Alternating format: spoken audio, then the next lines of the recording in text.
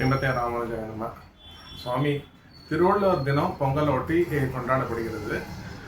திருக்குறள் பொதுமறை என்று எல்லாராலும் ஏற்கப்படுகிறது. அந்த திருக்குறள்ல வைணவ குறியீடுகள் பற்றி பிரதிபலிக்கிற மாதிரி ஏதாவது குறள்கள் இருக்கா? அதை மேற்கோள் காட்ட முடியுமா? திருக்குறளுக்கும் வைணவத்திற்கும் உள்ள தொடர்பு என்ன என்பதை சற்று பார்ப்போம். திருமாலாகிய எம்பெருமானுக்கே குறளன் என்று ஒரு பெயர் உண்டு.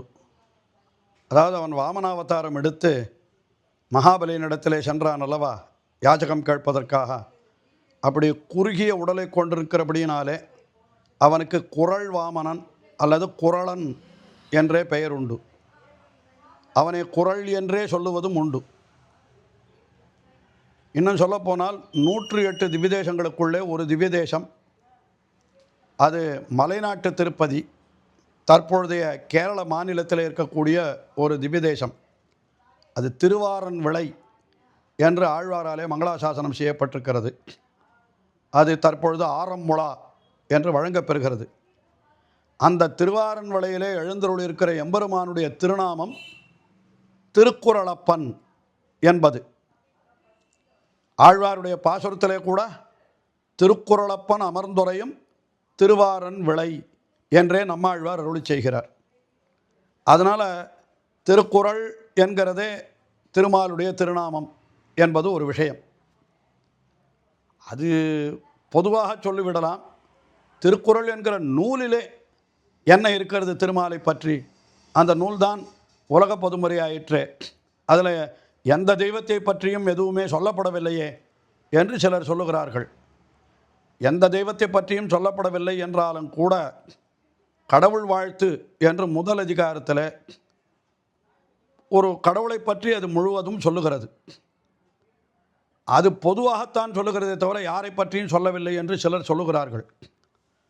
ஆனால் சில அறிஞர்கள் அதில் சொல்லப்பட்டுள்ள அந்த விசேஷணங்கள், அதாவது அடைமொழிகள் அனைத்தும் திருமாலுக்கு உரியவை என்று விளக்கி இருக்கிறார்கள். அறவாழி அந்தணன் என்கிறார் திருவள்ளுவர். நம்மாழ்வார் அரவனை ஆழிப்படை அந்தணனை என்று திருமாலை சொல்லுகிறார். திருமால் அரவன் ஆழிப்படை அந்தணனைத்தான் திருவள்ளுவர் அறவாழி அந்தணன் என்று சொல்லுகிறார் என்று இதே போல இன்னும் ஒவ்வொன்றையும் நாம் எடுத்து சொல்லலாம். அது ஒரு புறம் இருக்கட்டும். மற்றபடி நேரடியாக திருமாலை திருவள்ளுவர் குறிப்பிட்டிருக்கிறாரா என்று கேட்டால், திருவள்ளுவர் நேரடியாக திருமாலை தவிர வேறு எந்த தெய்வத்தையும் திருக்குறளிலே குறிப்பிடவே இல்லை என்பதுதான் உண்மை. அதை எப்படி பார்ப்பது என்றால் பாருங்கள், 2 குறள் எடுத்து காட்டுகிறேன்.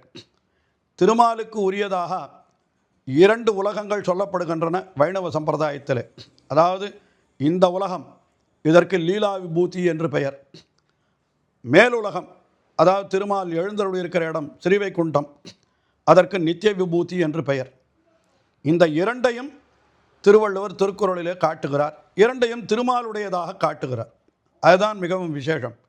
என்ன சொல்லுகிறார்? ஒரு குறளிலே மடியிலா மன்னவன் எய்தும் அடியளந்தான் தாயதெல்லாம் ஒருங்கு என்று ஒரு குறள். அதாவது மடியிலா மன்னவன், சோம்பல் இல்லாத மன்னவன் உலகனைத்தையும் கைப்படுத்தி விடலாம். அந்த ராஜாவுக்கு சோம்பல் இல்லைன்னா உலகனைத்தையும் தன் ஆட்சியின் கீழே கொண்டு வந்து விடலாம் என்று இவ்வளவுதான் சொல்ல வேண்டும். அப்பொழுது உலகனைத்தையும் என்று சொல்லாமல் திருவள்ளுவர் எப்படி சொல்லுகிறார்? அடியளந்தான் தாயதெல்லாம் ஒருங்கு என்கிறார். தன்னுடைய திருவடிகளாலே திருமால் எந்தெந்த உலகங்களையெல்லாம் அளந்தானோ அதாவது அனைத்தையும் அரசன் தன் கீழே கொண்டு வரலாம் என்று அடியளந்தான் என்று சொல்லுகிறார். இந்த குறளிலே அந்த லீலா விபூதி, இந்த உலகங்கள், அதைத்தான் திருமால் திருவடியாலே அளந்தான், அது சொல்லப்படுகிறது. அதே போல இன்னொரு குறள், அந்த குறளிலே என்ன சொல்லுகிறார் என்னால், அது காமத்து பாலிலே இன்பத்து பாலிலே வருகிறது. தாம் வீழ்வார் மென்றோளின் இனிதோ தாமரை கண்ணான் உலகு. தாம் வீழ்வார் மென்றோளின் இனிதுகொல் தாமரை கண்ணான் உலகு என்கிறார். அதாவது தன்னுடைய விருப்பத்திற்கு உரிய பெண்ணினுடைய அணைப்பிலே கிடக்கிற சுகம் இருக்கிறதே, அதை விடவா தாமரை கண்ணான் உலகு உயர்ந்தது? அதாவது பரமபதத்திலே பெறக்கூடிய இன்பம்தான் உயர்ந்த இன்பம் என்று எல்லோரும் சொல்லுகிறார்கள். வைகுண்ட மோட்சலோகத்திலே கிடைக்கிற இன்பம். ஆனால் இந்த காமத்திலே ஈடுபட்டிருக்கிறவன் என்ன சொல்லுகிறான்?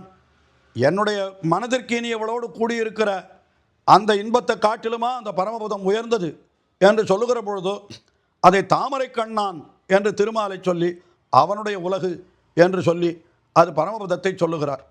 ஆக இப்படியாக அடியளந்தான் என்றும் தாமரை கண்ணான் என்றும் திருமாலைத்தான் திருவள்ளுவர் குறிப்பிட்டிருக்கிறாரே தவிர இதுபோல உதாரணத்திற்கு கூட வேறு எந்த கடவுளரையும் அவர் எடுக்கவே இல்லை. திருக்குறளிலே எங்கேயுமே கிடையாது. ஒரே ஒரு குறள் சொல்லலாம்.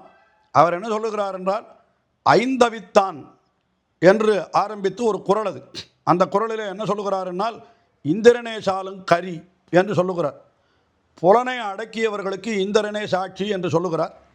அதற்கு பரிமேலழகர் உரையிலே என்ன காட்டுகிறார் என்றால், புலனை அடக்காமல் இந்திரன் சாபத்தை பெற்றவனாகையினாலே புலனை அடக்கியவர்கள் எவ்வளவு உயர்ந்தவர்கள் என்பதை சொல்லுகிறார் என்று சொன்னபடியினாலே அந்த இந்திரன் புலனை அடக்காதவன் என்கிற கருத்தைத்தான் அந்த குறளிலே வள்ளுவர் காட்டுகிறார்.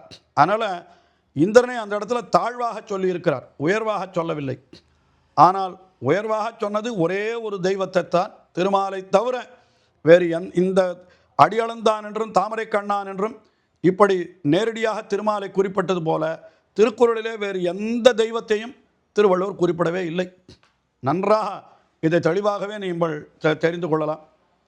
நிச்சயமாக வேறு எந்த தெய்வத்தையும் குறிப்பிடவில்லை. அது மட்டுமல்ல, திருமாலுடைய பத்தினியான ஸ்ரீமகாலட்சுமி அவளையும் கூட பல குறள்களிலே திருவள்ளுவர் குறிப்பிடுகிறார். அகனமர்ந்து செய்யாள் உரையும் முகனமர்ந்து நல்விருந்து ஓம்புவான் இல் என்று எவனொருத்தன் மகிழ்ச்சியோடு விருந்தினரை உபச்சரிக்கிறானோ அவனுடைய இல்லத்திலே செய்யாள், செய்யாள் என்னால் அது திருமகள் ஸ்ரீமகாலட்சுமி, அவள் உறைவாள் என்று அந்த குறளிலே தெரிவிக்கிறார். அதே போல மற்றொரு குறள், அவ்வித்து அழுக்காருடையானை செய்யவள் தவ்வையை காட்டிவிடும் என்கிறார். அதாவது அழுக்காறு, அதாவது பொறாமை உடையவனுக்கு என்ன செய்வாள் மகாலட்சுமி, ஸ்ரீமகாலட்சுமி? அவனை விட்டு அகன்று விடுவாள். யாரிடத்தில் அவனை காட்டி கொடுப்பாள்? தவ்வை. தவ்வை என்னால் அது தாரித்திரியத்திற்கு, அதாவது வறுமைக்கு அதிபதியான மூதேவி. அதாவது தான் அகன்று அவனை வறுமையில் அழுத்தி விடுவாள் என்பதைத்தான் அப்படி சொல். அவ்வித்தழுக்காருடையானை செய்யவள் தவ்வையை காட்டிவிடும் என்று இப்படி சொல்லுகிறார். அதே போல இன்னொரு குறள், மடியிலான் மாமுகொடி என்ப மடியிலாதான் தாளுளாள் தாமரையினாள். அங்கே திருமாலை தாமரை கண்ணான் என்று சொன்னார். இங்கே அவனுடைய பத்தினியான திருமகளை தாமரையினாள் என்று சொல்லுகிறார். மடி என்னால் சோம்பல். சோம்பல் இருக்கிறவனிடத்தில் வறுமை தான் இருக்கும். மடியுளான் மாமுகொடி. மாமுகொடின்னா அதாவது மூதேவி. ஆனால் மடியிலான் தாளுளாள், மடி சோம்பல் இல்லாதவனுடைய முயற்சியிலே தாமரையினாள் உளாள் என்று இப்படி ஒரு கருத்தை சொல்லுகிறார். இதே போல இன்னும் ஒரு குறள், இருமன பெண்டிரும் கள்ளும் கவரும் திரு நீக்கப்பட்டார் தொடர்பு என்று சொல்லுகிறார். அதாவது விலைமாதர்கள் கள் இவற்றையெல்லாம் யார் போய் பற்றுகிறார்களோ அவர்களிடத்தில் திருமகள் இருக்க மாட்டாள், திரு நீக்கப்பட்டார் தொடர்பு என்று இப்படியாக அந்த திருமகளை பற்றி 4 குறளிலே இதுபோல எடுத்துக்காட்டுக்காக கூட வேறு எந்த தெய்வத்தையும் அவர் பார்வதியையோ சரஸ்வதியையோ அதுபோன்ற வேறு எந்த பெண் தெய்வத்தையும் அவர் திருக்குறளிலே குறிப்பிடவே இல்லை. திருமகளைத்தான் குறிப்பிட்டிருக்கிறார். அது மட்டுமல்ல, எம்பெருமானுடைய இன்னொரு பத்தினியாக பூமி பிராட்டியை சொல்லுவதுண்டு. பூமி பிராட்டி கூட எம்பெருமானுக்கு பத்தினி தான், அவனுக்கு மனைவி ஸ்தானத்தில் இருப்பவள் தான். அவளையும் பற்றி மற்றொரு குறளிலே தெரிவிக்கிறார். இளமென்று அசையிருப்பாரை காணின் நிலமென்னும் நல்லாள் நகும் என்கிறார். எப்பொழுதும் இல்லை இல்லை என்று எப்பொழுதும் சோம்பேறியா ஒருத்தன் இருக்கிறான். அப்படி இருப்பவனை பார்த்தாள் நிலமென்னும் நல்லாள், அதாவது நிலமாகிற இந்த நல்லாள் பிராட்டி பூமி பிராட்டி அவனை பார்த்து சிரிப்பாள் என்கிறார். அதாவது பூமி பிராட்டி சோம்பேறியா இருக்கிறவனை பார்த்து சிரிப்பாள், என்ன சோம்பேறியா இருக்கக்கூடாது என்கிறது தான் கருத்து இதில். இப்படி திருமாலை குறிப்பிடுகிறார், திருமகளை குறிப்பிடுகிறார், பூமி பிராட்டியை குறிப்பிடுகிறார்.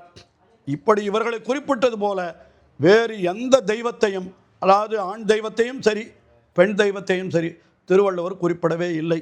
என்று பார்க்கின்ற பொழுது திருவள்ளுவர் திருமாலை தவிர வேறொருவரை அவர் தெய்வமாக கொள்ளாதவர் என்று நாம் நினைக்கும்படியாகத்தான் திருக்குறள் இருக்கிறது என்பது என்னுடைய தாழ்மையான கருத்து.